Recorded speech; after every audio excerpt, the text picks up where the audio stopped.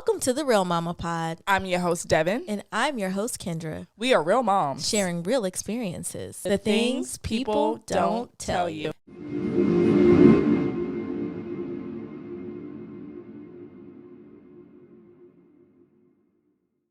Hey, Mama, hey. Hey, Mama, hey. How you doing, friend? I'm good. What's up? I'm good. Can't complain. If this is your first time listening, I'm your host, Devin. And I'm your host, Kendra. Welcome to the Real Mama Pod. Welcome. Hey. So this is going to be a fun episode, okay? We're going way back into time. Okay. Remember that black? I do. Black Street? Was it Black? Oh, baby, oh, baby, oh, baby. My mom used to love Black Street. I know that whole album. Front to back, back to front. Sing it again? No. Yes. But that was remember okay. that. You remember that? I do. Okay. I do. He said we're going way back into time. And then do. You remember that? No, I do. Okay. I remember. So where are we going? We're going back to the time 90s. Okay. 99s and 2000s.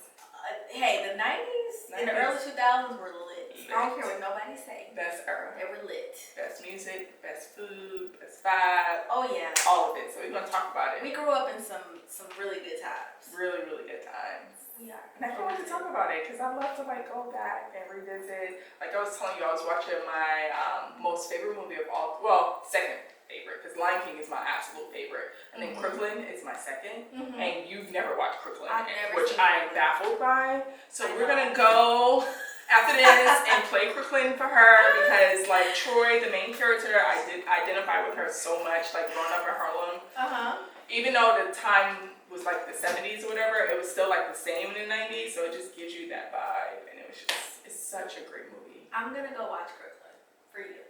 You have to. It's a Spike Lee joint. I like He Spike. ran the 90s. Okay. Spike did. He had a run. He did have a run. Okay, So speaking of the 90s and all that, what is your favorite childhood memory? Ooh, memory? So,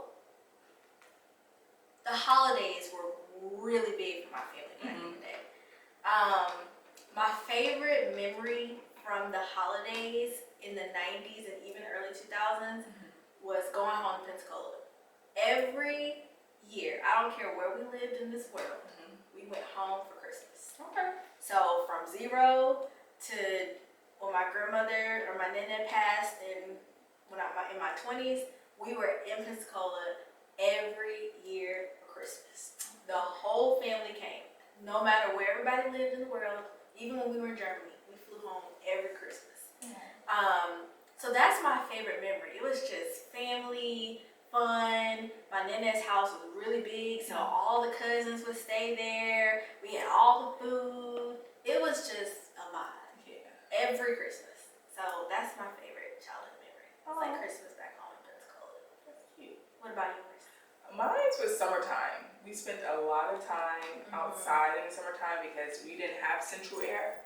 So my great-grandmother had this AC unit in her room, and we pray to God it cooled down the whole house, the whole apartment. So we spent a lot of time outside. The sprinklers were on. My brother was playing basketball at the circle. It's just carefree, fun. We had summer school. And so my great-grandmother's house was like the house to be at. All the cousins would be over. She would be watching her stories. And if it was thundering and lightning, we had to turn off everything and be quiet. Sit still. Yes, and sit still in the dark. Don't move. If you move, you got spanked. Okay? If you talk, that was the Lord speaking to us and moving his furniture. I don't know how those two go together, but that was like what we were told. Yeah. And the world stopped. My grandma used to say the Lord is doing his work. Yeah. So that means you be quiet. Yes. Sit still, don't do it. Yes, and so when we had one TV, and my great-grandmother, she ran a TV, so we watched things like Sally and Ricky Lake, and who else was my Jenny Jones, baby, Jenny Jones, Jerry Springer and her stories, All My Children, General Hospital. It was just all the things. So those memories, and this like box TV and this cable box, and I remember it was like in red. It's just vivid memories of with my great-grandmother and her just being fun, I guess. But we just been, I mean, my mom had no babysitter, so we was just, or my uncle. Yeah. So all the kids was over there, and my grandmother was a young grandmother. because she had my mom at 15, so she was out doing her thing. So it's really my great grandmother taking care of us. But it was a lot of fun. I remember seeing this like meme that said like the sick care package when you at your grandma's house, like when you were kids. Yeah. The Price is Right, ginger ale, and crackers.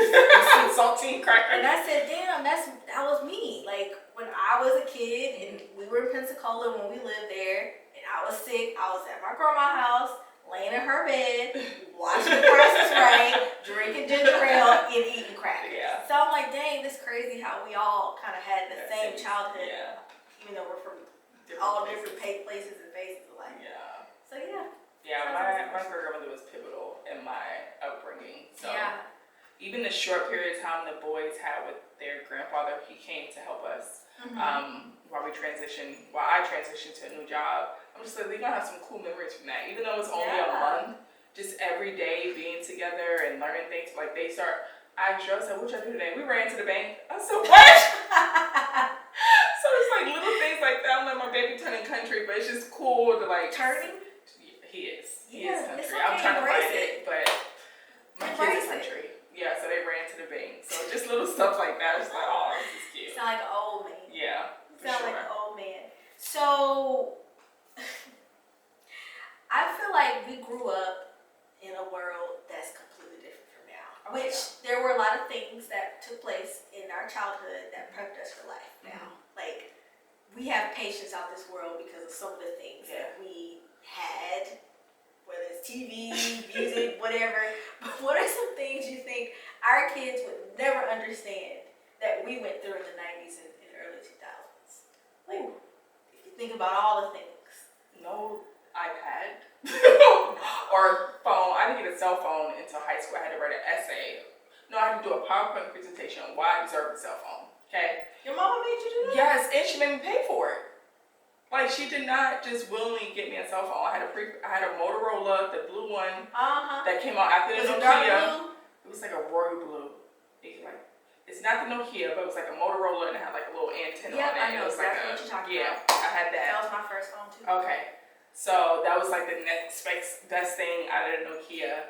So no technology really. Like we had a Macintosh computer before it was Apple, and then we had like a gateway. Like we upped that, but being able to not use the phone and the internet at the same time, that was so annoying because we had those little AOL chat lines and stuff for your mom. On the phone? Yes, on the phone and disconnect your conversation. Girl, that was so annoying. Oh, yes. And you'd be good in the chat. And what else? It's just so much. Oh, I got a list. When it comes to technology and not just going around, just learning things. Oh, yes. We didn't have no camera phone. Because the kids would be quick, but take a picture or video of that. Girl, what? We had the Kodak pictures at the end of the school year. We used to buy all these cameras so we could take pictures of everybody and get them printed out, wait a week. Girl, when that hour photo came out, changed the game. Changed the game. Changed You the got game. a whole hour photo, get your pictures.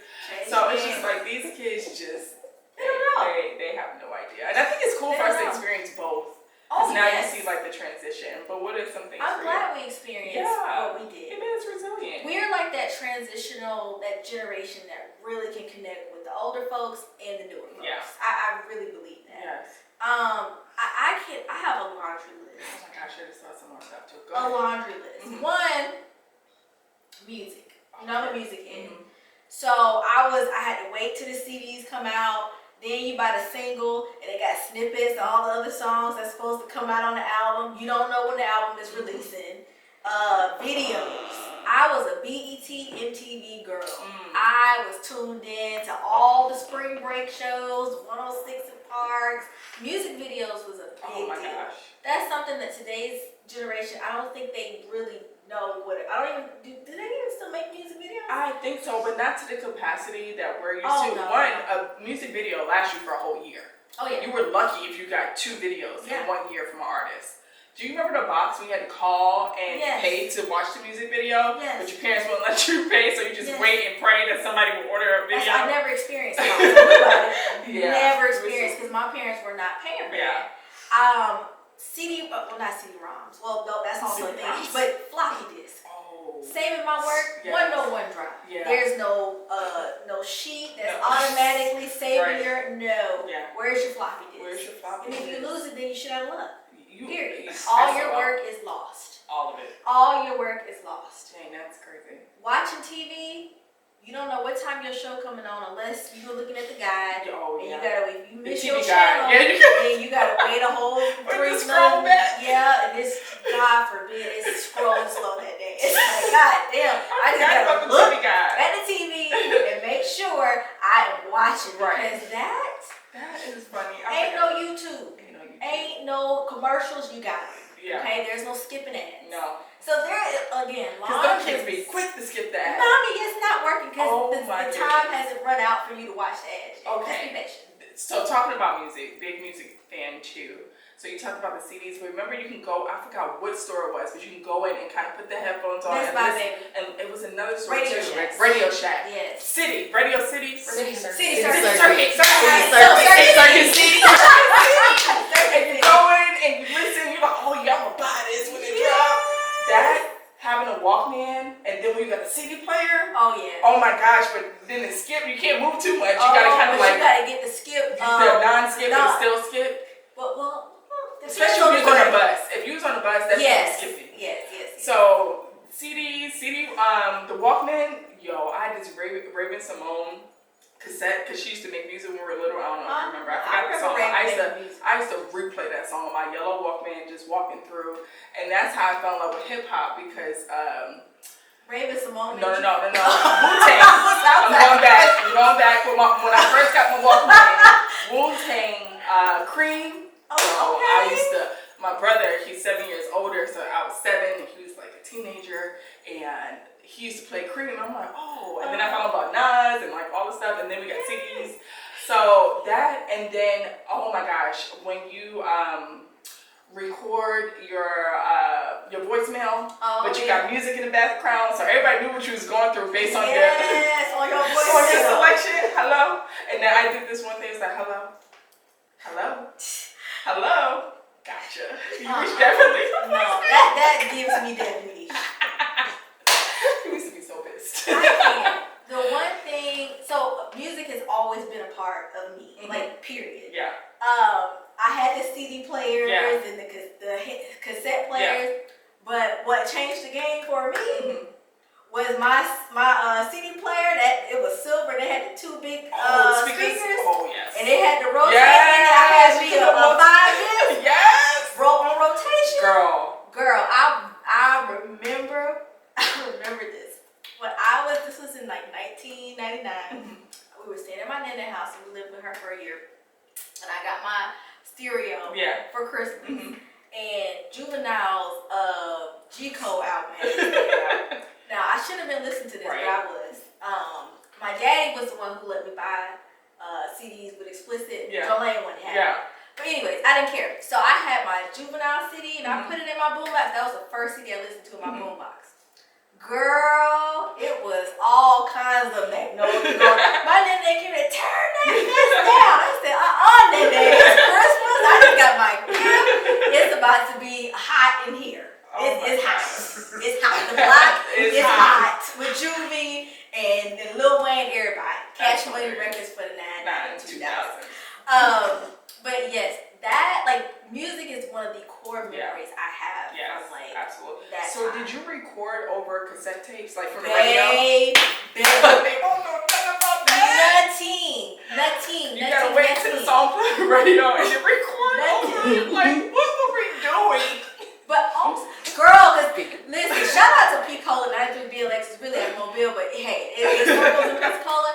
I used to, when we lived in Germany, when we come home for Christmas, I would use tapes to record the radio because I need to take this back with me. Right. And my aunt, when we lived over there in Germany, did not have BET, did not have MTV, so she would record videos for me on VHS tapes. and send them to me. Aww. And one day, my dad watches the stories.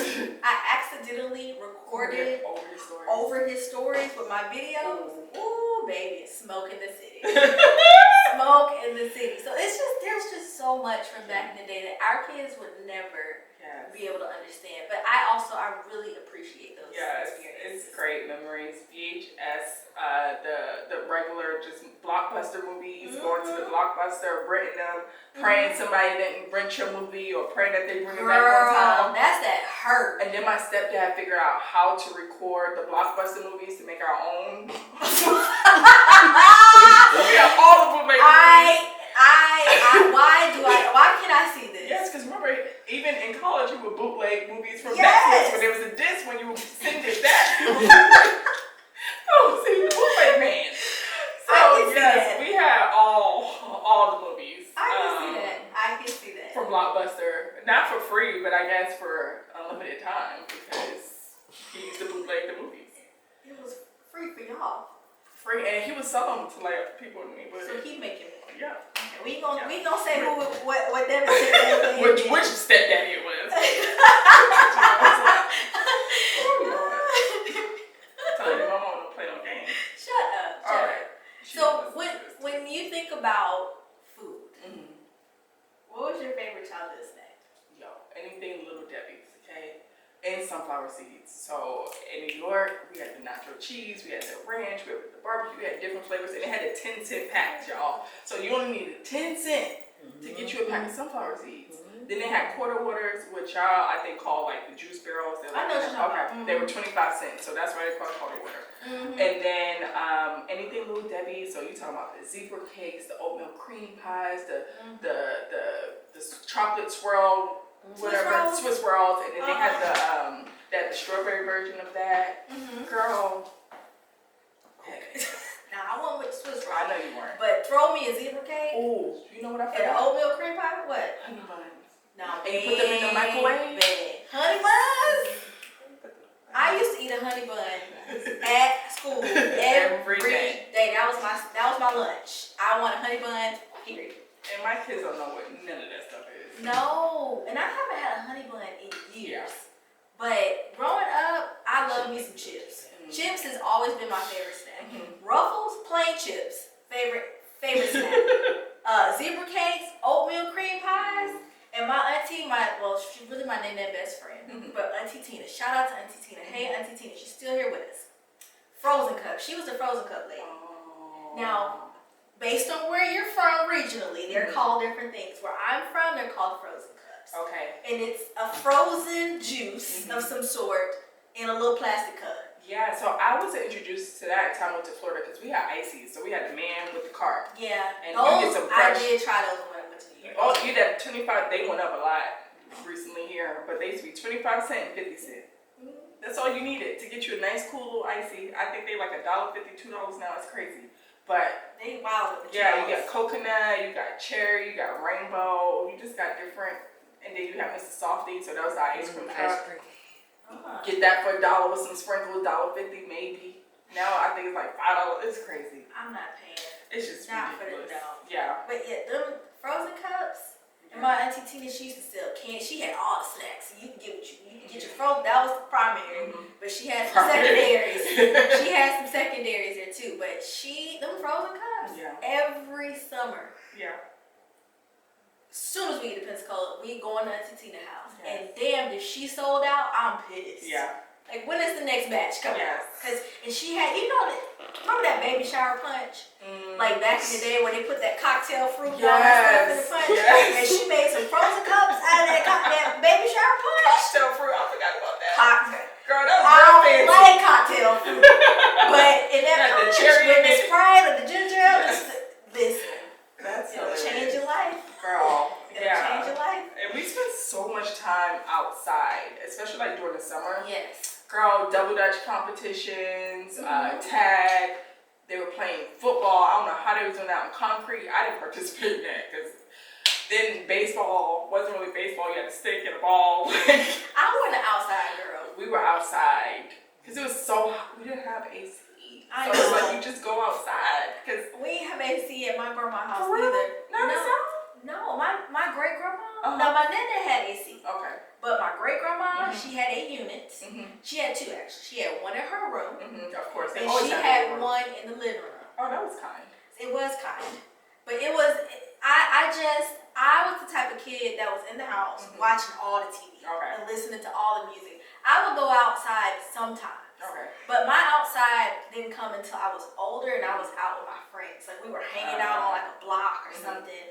I wasn't really, my brother, outside from sun up to way down. Yeah. You know, my mama used to have to go looking for him because he was outside. That's when it was safer to be outside in that way. But I was in the house watching TV, watching all the talk shows with my grandma, sitting there talking to her. That's why I sound like a little old lady now, because that's all I did was sit in the house with my grandma. Yeah. So I went outside like that. Yeah, we played outside a lot. I was like really good at double dutch. I don't know. I haven't picked up a rope. No, I can't double dutch. Surprisingly. What type of event when we double dutch? Maybe. That would be fun. Don't forget. Good old double dutch. I used to be so good. I could pop up, do the typewriter, turn around, hopscotch. You know what's funny, Devin? What? You know how to double dutch. I know. And I say it's funny because you're not coordinated at all. Not at all. And you gotta have some level of coordination. Yeah, you do. Double dutch is not easy. Yeah. So I'm proud of you. Yeah, I used to be real good. Like, I should have been like on TV on ESPN. I was good. Now I don't know where I'm at now, but back then, little double dutch. Then we used to go to like Central Park and go to the community pool. It was just so much. It was so much. All the things. We can have a whole episode just on the things that we did when we grew up. So what I feel like with us as moms, when it comes to meal prepping and eating foods, I think we give our family diversity. I feel like in my house we ate pretty much the same things, like all the time. What was some of the staples in your house? But honey, if y'all know my mama is a Southern woman. She has been the same woman I've known since I came out of her. Whatever. My mama, she ain't trying all that food. Yeah. She's not all that food. That's how she said it. I didn't start exploring food until I was out of her house. Wow. Like I knew the staples. My mom, greens, mac and cheese, fried chicken, fried pork chops, rice and gravy, spaghetti. That's as European as we got. Spaghetti. That's it. That's hilarious. It wasn't. She wasn't doing all the salmon. I didn't try salmon until I got to FAMU. Really? Dead ass. I didn't know that. Dead ass. Wow. I'm so serious. I can kind of see that though. Shrimp. Now shrimp is like we're from Florida, so there are certain seafoods, but like salmon. All, did not try that until I got to FAMU, and then. I felt embarrassed about this growing up, or not growing up, and more in adulthood. My mama, when she cooked steaks, well done. I ain't never saw red. Well done. And then, I mean, it's like, what's the point? I don't eat beef, but it's like, what's the point? Well, now I'm asking that. Yeah. Because I'm not ordering my steak less than medium. Right? So, when I remember when I can't remember who I was with, and I ordered the steak, and they asked me how I wanted it, and I said, well done, and they were like, well done. I said, yes, well done, this is what I know, and I'm like, dang, and I had to try their steak at medium, or I'm not eating medium rare and all that, no, I'm not going here, I'm not getting rare, but Jonathan does, but I just I'm not here. But I didn't know anything outside of a well done steak. I will never order a well done steak. Yeah. And my daddy, and I had to get him because he had the nerve to say I took that cooking all that well done stuff. I said, well, why you ain't saying nothing? If you out here eating medium steaks with your friends in the military, why can't you let me and my brother know? We didn't know that was a thing. That's hilarious. So my mama, she stuck with the Southern. Any Southern food, that's what we ate. Yeah. Period. Yeah. So I love my Southern food, but I rarely cook Southern food at home. I only fry chicken maybe once a year, and that's usually around the New Year when I have my greens, my black eyed peas, and all that stuff. I don't eat mac and cheese. I've never eaten mac and cheese, even when I was a little girl. I know how to cook it. I don't eat it. Yeah. That's so strange because your mac and cheese is actually good. I I just don't. I know what it's supposed to look like. I'm not eating it. Yeah. I'm not. So my mama has always kept it southern. Yeah. Yeah. What about yours? Same thing. We have, and this is part of the reason why I don't eat pork now, because I feel like we ate pork chops so much and chopped ham. Chopped ham was like the cheapest. Chopped ham? Yeah, it was like the cheapest, I guess, deli meat you can buy. Oh, I know what you're talking about. It's like square. Oh, I'm still traumatized. Woo. I will eat a bowl of cereal before I eat chopped ham. Anyway. That's what you're like. Yeah. So for lunch it was always a sandwich. Okay. And then when we pork chops, it would be chicken and rice. It would be spaghetti. It would be hamburger helper, which I can't eat either. It would be let's see, fried chicken. And the mac and cheese and the greens and the black eyed peas and lima beans. We had a lot of lima beans. I haven't had lima beans in years. Now that I think about it. I used to actually like lima beans though, which I could still make a meatloaf. I could tolerate that because that was like a specialty thing. But in our house, she made things that were stretch. Because as an adult now, I understand, but as a child, a lot of y'all. but for me, even though I don't make them eat the same thing for a whole week. You know what I mean? Like it's just like 2 days and we're done. But I get it. I get why she did it. But I'm just like, I'm tired of the same stuff. Like I don't make any of the things that my mom made. Yeah. I don't think I make any of it for real. No, I know I don't fry food because I started a grease fire. So that's a whole nother conversation for another for day, those y'all. who don't know, I started a grease fire in Berger and this whole thing. But he's gonna break up with me, but he's still here. Was my fault. But yeah. I can't. Yeah, those are some of the meals we have. Well, I know we touched on music, which is music is something that both of us really love. What are some artists? Like, what is your nostalgic music from the 90s, early 2000s? Okay, so my mom had like a few different sides of her when it came to music. So she had when she was cleaning up, it was old school, so it was like the Al Greens, that type of vibe, right? She was just vibing. You got the Toni Braxton, like Mary J. Blige, Babyface, anything LaFace, Livonia had. Okay. Yeah, it was a lot of R&B. They had an era. Yeah, they had an era. They ran the 90s. TLC, all that. She didn't really listen to too much rap, hip hop. That was from my stepdad, so that's why I got the Biggie, Nas, and my brother and stuff like that. But R&B woman was my mom, so that's why I feel like my love for R&B, like I love 90s R&B. Catch me listening to anything, it's usually 90s R&B or some playlists, but majority of the time it's 90s R&B. So that was my house growing up, and then on Sundays, of course, you had your gospel. That was it. Yeah. Wasn't allowed to listen to nothing else but your gospel. Yeah. So my mama is all gospel, Sunday through Saturday. That's good. So with her, it was gospel music, which I love my gospel music. But my dad is where I really got my exposure. He listens to all genres. Yeah. But the hip hops, when like the Biggie, the Tupac, the Snoop, the Scarface, all that is my dad exposed me to. He really exposed me to music. But I heavy on the 90s R&B. He used to love Silk and Drew Hill. Yes. Silk and Drew Hill? Girl, I told her mama got married to Beauty. We had to bop that out. I can't listen to that song the same ever since her wedding. But they were a bop. They were. And Boys to Men is one of my favorite groups, period. Yeah. But I was really into NSYNC, Backstreet Boys. Yeah. Oh, that's the 2000s right there. Baby, I had a time with them. Yeah. Britney Spears, Christina Aguilera. I love that whole thing.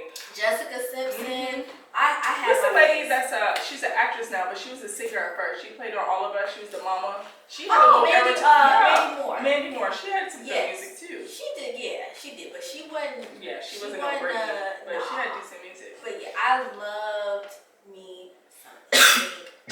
Girl, when Destiny's Child came out, them too. That was it for me. Period. You couldn't tell me I wasn't Beyonce. I already told myself, I'm Beyonce, you're LaToya, you're Kelly, you're Latavia, and that's that. We made up a whole dance routine. I can't. Just right to the wall, every song had a dance. Yeah. Like, learning the lyrics, because remember they used to give you the book and you learn the lyrics. Girl, you couldn't tell me I was Do they still sell CDs?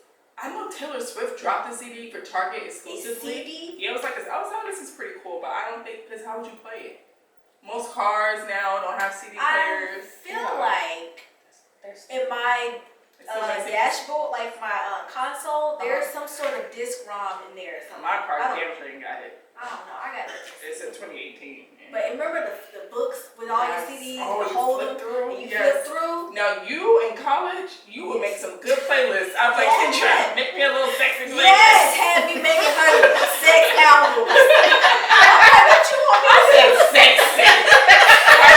I mean, you what you made it to an album with. Oh my God. But she said, can you make me a little CD? Yeah, What you want, girl? We I on got you. LimeWire. What was it? LimeWire and Kazam, I think it was called Kazam. Yeah, you could burn the CD. I had all kinds of viruses on my computer. Fooling with LimeWire. You sure did. Fooling with And your mix LimeWire. always, it went from like hood to R&B to sexy time to country to pop. It was just, I'm like, what are you doing? I'm a random I like to person. categorize my stuff, and you just, I'm like, I don't know what I'm gonna get, but it was good. I'm random in life, Yeah. right? So the It was music on that I listen to is how I'm processing life at this time. Yeah. I don't know. I'm just all over the place all the time.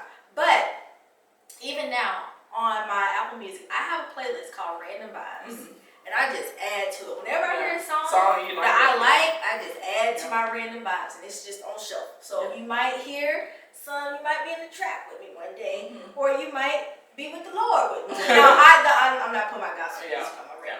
But either way, I did, CDs were my thing. Yeah. Making a mix CD is what we used to call it, The mix mix. CD. Mix 09. Any songs, right. Mix right. Summer 09 mix.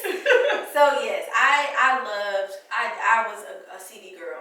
Yeah. I was a CD girl. Yeah. So. I know, that was fun. And Those they are scratch, you get mad. Girl, and it's always scratch on your favorite part. Yeah, it's just annoying. Speaking of that too, Super Nintendo, did you have one? Honey. And you had to blow in the cartridge, and you had to wipe it down with alcohol and Q-tip. Girl. Yes. So annoying. Now I was a video game girl back in the day. 90's video game. I can't play PlayStation and all that. I did Sega. I did do Sega. We had a Sega Genesis and we had Sonic and stuff, but that's as far.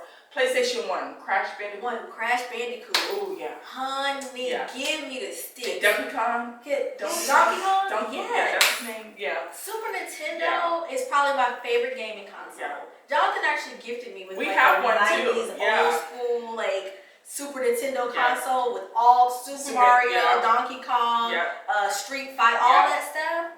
But PlayStation 1, honey. Yeah. What was it? It was Crash Bandicoot. We used to play Tiger Woods PGA thing. Me, my dad, and my brother. That was our bonding. My dad used to bond with us anyway. All the fun stuff, of course. But I loved playing video games back in the day. Yeah. I did. We had the Game Boys. Oh, the Game Boys. Girl. Remember they came out with the color ones? At first it was like big and gray, and then they got smaller with the different colors. One year, my auntie, shout out to Auntie Buster, she bought my brother and my two cousins a Game Boy. She didn't get me one. And I said, Auntie, she said, your mama said you ain't want one.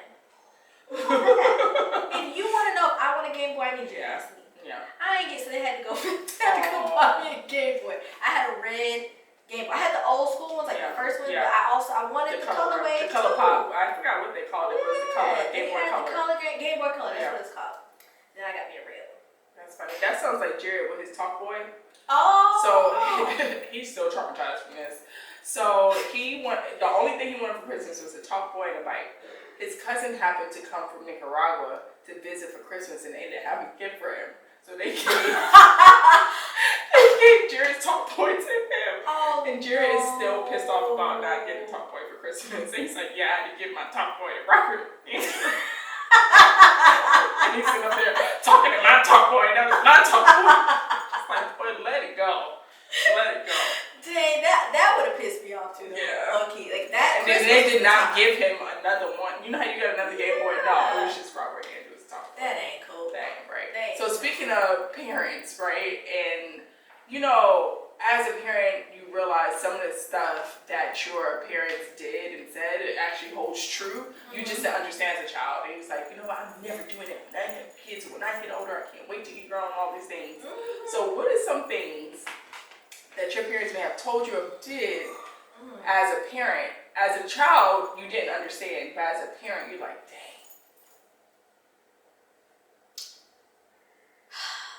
When we get in this store, don't ask for nothing. That's a good one. That's not what I'm taking to the store. Because it's a trap. Because my son thinks that every time he goes to the store, he's supposed to get something. And as a kid, I'm just like, why would you bring me here if I can't have nothing? Right. But now I get it because I gotta run in the store and you can't sit in the car. So we got to go in the store. Yeah. And that doesn't mean that you're getting something when we go in here. Yeah. So I have to have a pep talk with Eli. Yeah. Now, if I have intentions on getting him something, we don't have a pep talk. But when I'm literally running in there to get something, I say, Eli, when we get in the store, don't ask me for that. It was actually the same conversation in my ear. Yeah. And I understand it now. Because who got money to be just spending because you want a toy? Listen. Or you want this or that. And he likes certain types of toys. He don't want to go to the 5 and below section. He want to go to the toy section. Don't ask me for nothing. Because we're not getting it. Yeah. If we're getting a gift, like a birthday gift for someone else, I have to tell him just because we're getting, no. Yeah. No, it's not your birthday. Yeah. So that I took with me. Because I get it now. Yeah. I do. McDonald's money. It's really Starbucks money. It's Chick-fil-A. Well, it's excuse me, it's Shake Shack money. Oh. Because Eli like Shake Shack. Okay. It ain't okay. Ain't no If I Chick-fil-A. put McDonald's fries in front of him, what is this? What is this? Prime example. He likes the Madeline cakes from Starbucks, y'all, right? I bought him some Madeline cakes from Trader Joe's. Kroger, he tried the Kroger ones first, didn't like them. Trader Joe's came next. So when we got in the car from school the other day, I said, Eli, have your favorite snack in the car? He said, Madeline cakes? I said, yes. He said, what store did they come from? I said, you got me. What? Did he like the Trader Joe's one? He ate them, but he likes the Starbucks ones. Yeah. So it's like, that's the thing when, like, I understand that now. Don't come in here asking me for nothing, because it's a no. Yeah. And I don't want to tell you this while we're in the store, because it's a different conversation in the store. Yeah. So that, I took that with me. And I experienced Eli getting the stuff firsthand because he gave me a tour of his new Spider-Man stuff. So he's like, Gaga, look at this. And I was like, what is it? He said, you see my towel? And look at my toothbrush. My mom let me get it from Target. And I was just like, okay, Eli. So they know. Yeah, I get it now. Don't come here asking for nothing. Yeah, one thing for me is all that noise. Ooh, honey. I'm like, kids supposed to be fun and loud and jumping up. No, I need time to think. Like, I cannot think with all that noise. All that noise. Like, just please, just 5 seconds of people in my house don't know how to be silent. I even told you this because when I walk out, I say it's so quiet in here. Everybody, Eli gets up, he makes his waffles and he sits down and he eats. It's just quiet. John didn't sleep, not bothering nobody. It's just quiet, peaceful. My house don't sound like that. Just don't get up and all go. Jared yapping, the boys fighting. I'm just like, oh, peace, quiet, please. Everybody just be quiet. Nobody in my house knows how to be quiet. That's funny because when Eli do turns up. Yeah. And my mama used to tell us, shut up all that noise. Yeah. So I get it. Yeah. And when I hear a bunch of, like when my niece and nephew come to the house, it'd be a madhouse. Yeah. And I'm like, shut up all that noise. Right. So I understand that too. Yes. I need quiet. I do. I definitely overstand I do. peace and quiet. All that noise. I get it now.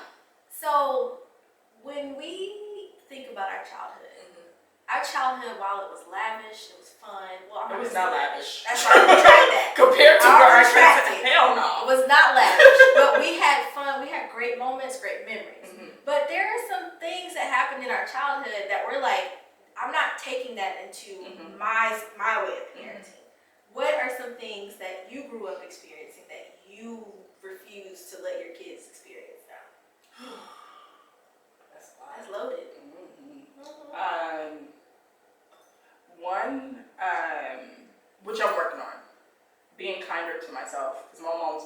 herself too in front of us, and I feel like that's why I do it. So I have some unlearning to do. And to allow my kids to express themselves, which I'm more okay with that. Jared is learning. He is getting a lot better. But if they cry, it's okay. It's okay to cry. You don't have to shut up and be quiet and stop all that crying. No, your feelings are hurt. And they'll say, my feelings are hurt. I'm sad. I'm angry. I'm upset because you did this. And a lot of times it's like, you upset over that. But I don't invalidate them. I say that in my head. But really, truly allow them to express themselves and be able to cry. Because sometimes I think as boys, little boys, are told early on not to cry. Be strong. Suck it up. Stop all that crying. You're a boy. You're not supposed to cry. And it's like, no, you're supposed to cry. You have feelings. Whether I think you're supposed to cry over that or not, like, that's how you feel. And so really sitting in what they feel. And so, although my mom allowed me to express myself to a certain extent, because I was always taught I was grown for my age, which I don't agree with. I just had a very strong opinion. I can definitely be grown. But then also, you put grown people responsibility on me. How do you expect me to act? That's fair. So that's not my fault. That's your fault. I tell her that all the time. Anyway, so, but yeah, like, even though I was allowed to express myself, it was with parameters, right? So, go to your room. I don't want to hear that. Or, you know, it's just like, no, they don't have to go to their room if they're hurt here and they want to process their feelings or whatever. Then now I will ask them, do you need a moment? Do you want to go upstairs? Do you want to, I'll kind of do that versus like, go to your room. I don't want to hear that, all that. So it's just like, that is what I'm trying not to do. Yeah. It don't work all the time because sometimes they work me. Especially they double team me a lot of times. So I have to like deal with one person at a time sometimes. I'm like, okay, you go to your room while I deal with this or vice versa, especially if it's a fight because I can't do it at the same time. Yeah. But really, truly trying to let them express themselves fully. Yeah. My thing is my mama did not like us to question her. That's a good word. And I want, you should be inquisitive. You know, like my mama was that woman who's like, do what I say and that's that. Not as I do, yeah. Don't, exact. Do what I say, not as I do. Or do what I say, don't ask me why. You just go do it. And Eli is a very inquisitive child. If you ask him to do something, he needs to know why he's doing it. Rightfully so. Yeah. Why am I doing this?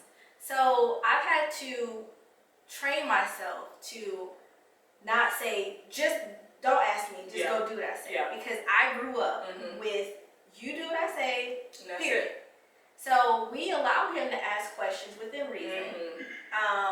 We give him our response. This is why, and you're still going to do it. But I'm letting you ask me why. You should know why you're doing something. I'm always, I need to know why am I doing this. So I was always told, go do what I say do. But I'm like, well, because I said so. Because I'm the mama. Because I'm I'm the mama, you the child. That was what my mom used to tell me. I'm the mama, you the child. She still tells me that. Ma'am. That don't make sense. I'm very grown. We're right. Got my own family. Got my own. And you asked me to help you, so I need to know why I'm doing this. For what? I'm always for what? Why? Why? That's why you like. So exactly, and I accept like that. He is me in a lot of ways. Jonathan is very inquisitive too. Like he needs to know what, why. So that is one thing, and then also not being so reactive with like spanking or popping. My mama, every time, I'm gonna pop your butt. For what? Because I'm big kid. You know, and like we did used to try. Like absolutely. I get some, like I'm not beating my kids. I'm not necessarily spanking. Now, pop, if it's warranted, I will pop. But that's not my first reaction all the time. Or even threat. Right. I'm popping you if you don't listen. It's just like, why is that the first thing you say? Right. Like, let's talk through all our options here. Now, if I'm on time 10 and I done told you, pop. So I always say I have to unlearn a lot of the ways I was parented. Period. Because that's what I knew growing up. So that asking why, I've had to unparent myself there, and being so reactive with like a pop or a spanking. That's real. That's real. So do you feel like you're combating any childhood traumas? today as a mama? As a mom, yeah, I mean, some of what I just said, I think is trauma. Like, in a way, like being silenced in my questions. Like, there are times where I feel like maybe I shouldn't ask because of whatever. Yeah. But at the same time, it's like, no, I'm grown. If I have a question, I'm gonna ask. So I've had to work through myself a lot because that really does have an effect. It's like if I'm asking a question and I get shut down, then I'm growing up thinking every time I ask a question and I really want an answer, then there's a possibility that I might be shut down. You know, so or that why ask just a not question? valid. Exactly. So that is a trauma in a sense. Like, I should be able to ask my questions and use my voice if I feel like I need to. I also had opinions as a kid. Were they always heard? No, because I was the child, they were the parents. You know, so I do think that really plays out into adulthood. Like, let your kids be expressive, let them ask questions because that gives them the confidence to do so. So I had to do my own work to build the confidence to ask the questions and say what I feel like I need to say. Now, do I have to filter what I have to say sometimes? Yes. Yeah. But just having the confidence to do that, I think is something that I had to work through. Yeah. Okay. What about you? I think for me, I can be a little bit overprotective because of my upbringing. Very rough. For example, like one of our brothers came home shot one day, like just in the house, the police chasing after him. My mom like fighting with the police and beating the. I'm like, you about to go to jail because you putting your hands on the police. Like, what are you doing? And not because my brother told a lie and said that he was in a shootout and he wasn't in a shootout. They were doing stuff that they weren't supposed to be doing. They got shot.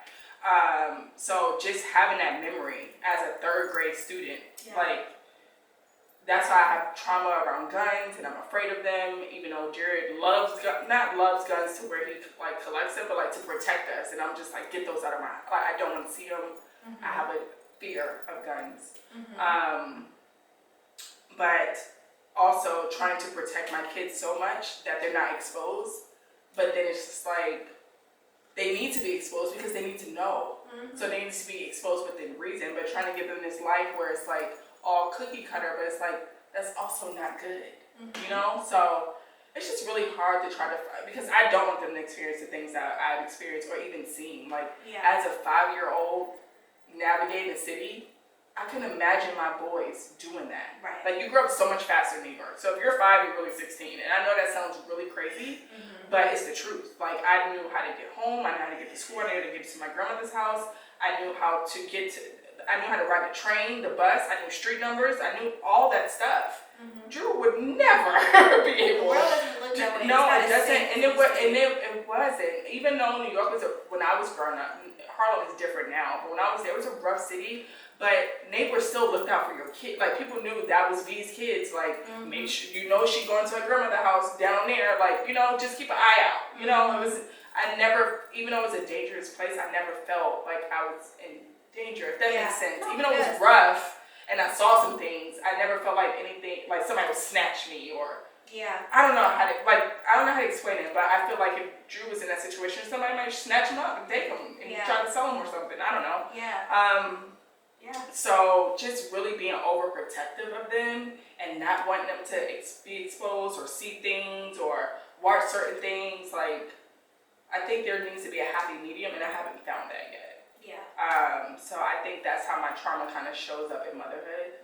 And I don't really know what to do about that. Because I've been trying to put them in the best schools, the best sports, the best everything. Maybe because I didn't have that.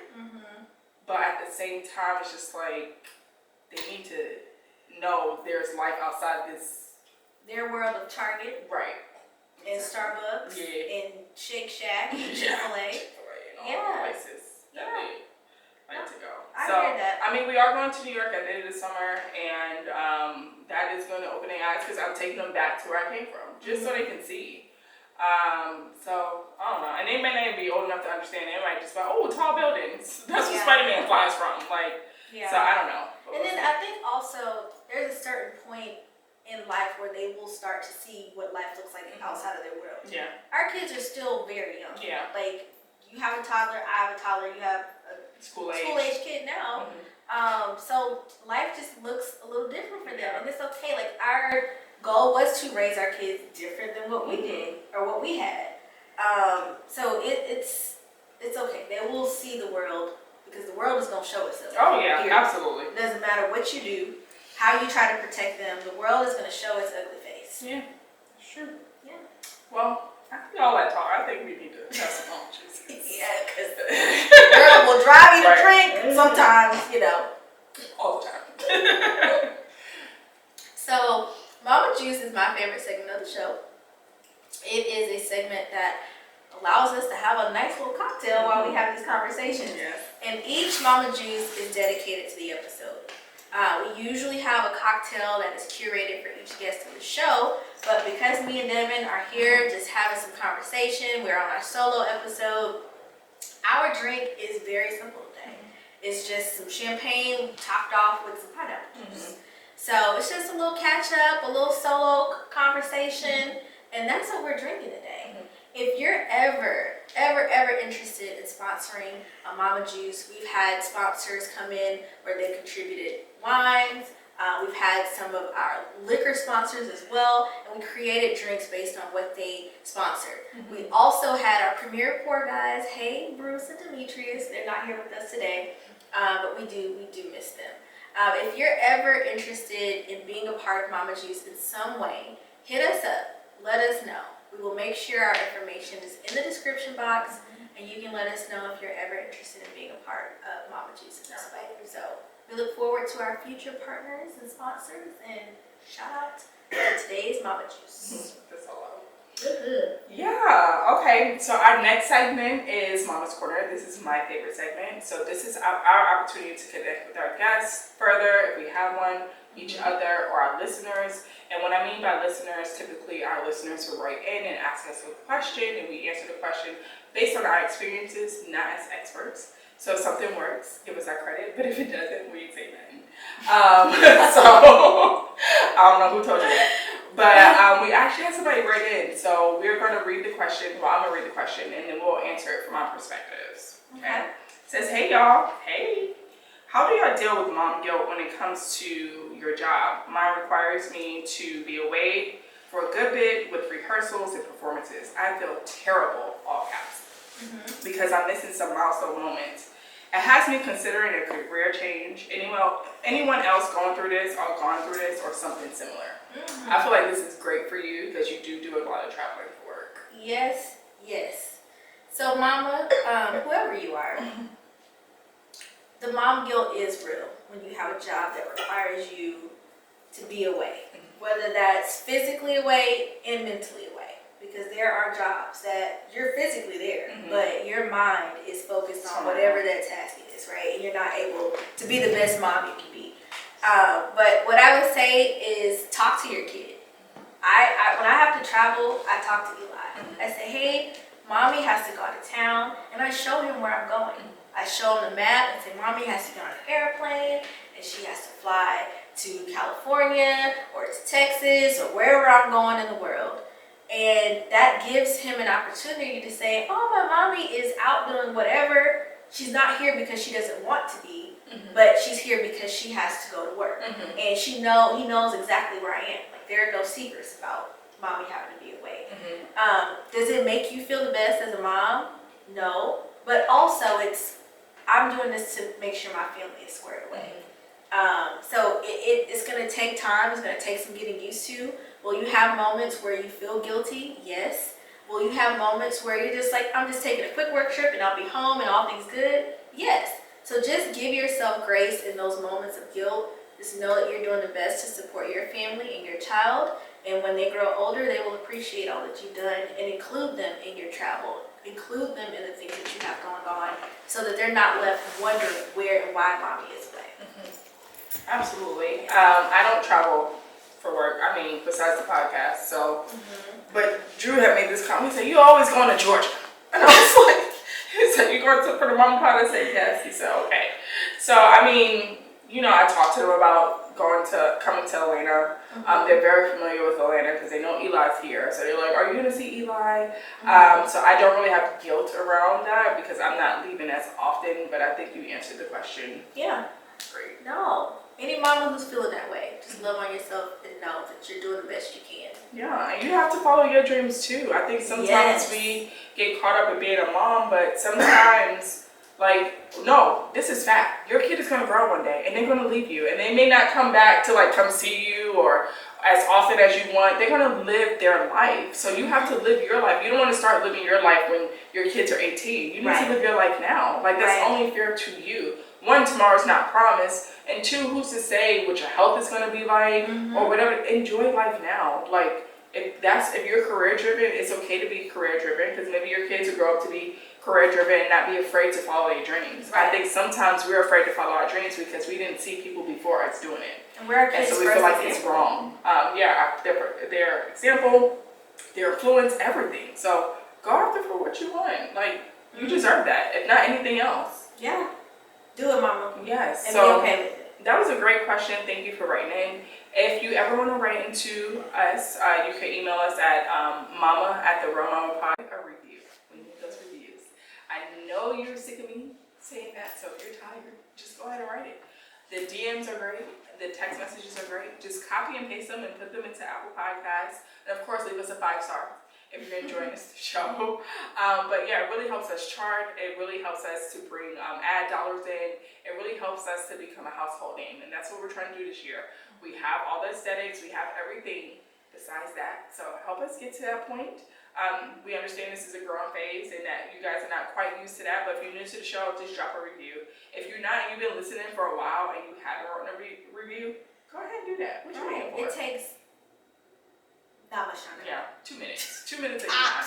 While you're listening to this episode, just go ahead and write your review. Slide on over and write the review. Yeah. Well, we appreciate y'all so much. We love this community. We love doing solos together as much as we can. And I feel like it allows you guys to get to know us on a different level and a little deeper. So I always look forward to these. Yeah. Well, I look forward to the next catch up. It's so funny you say catch up. Catch up. But it's not ketchup. But it's not catch. Like, it's weird. But anyway. It ain't ketchup. It's not. I'm a catch. Catch. Whatever. Anyway, until next time, mamas.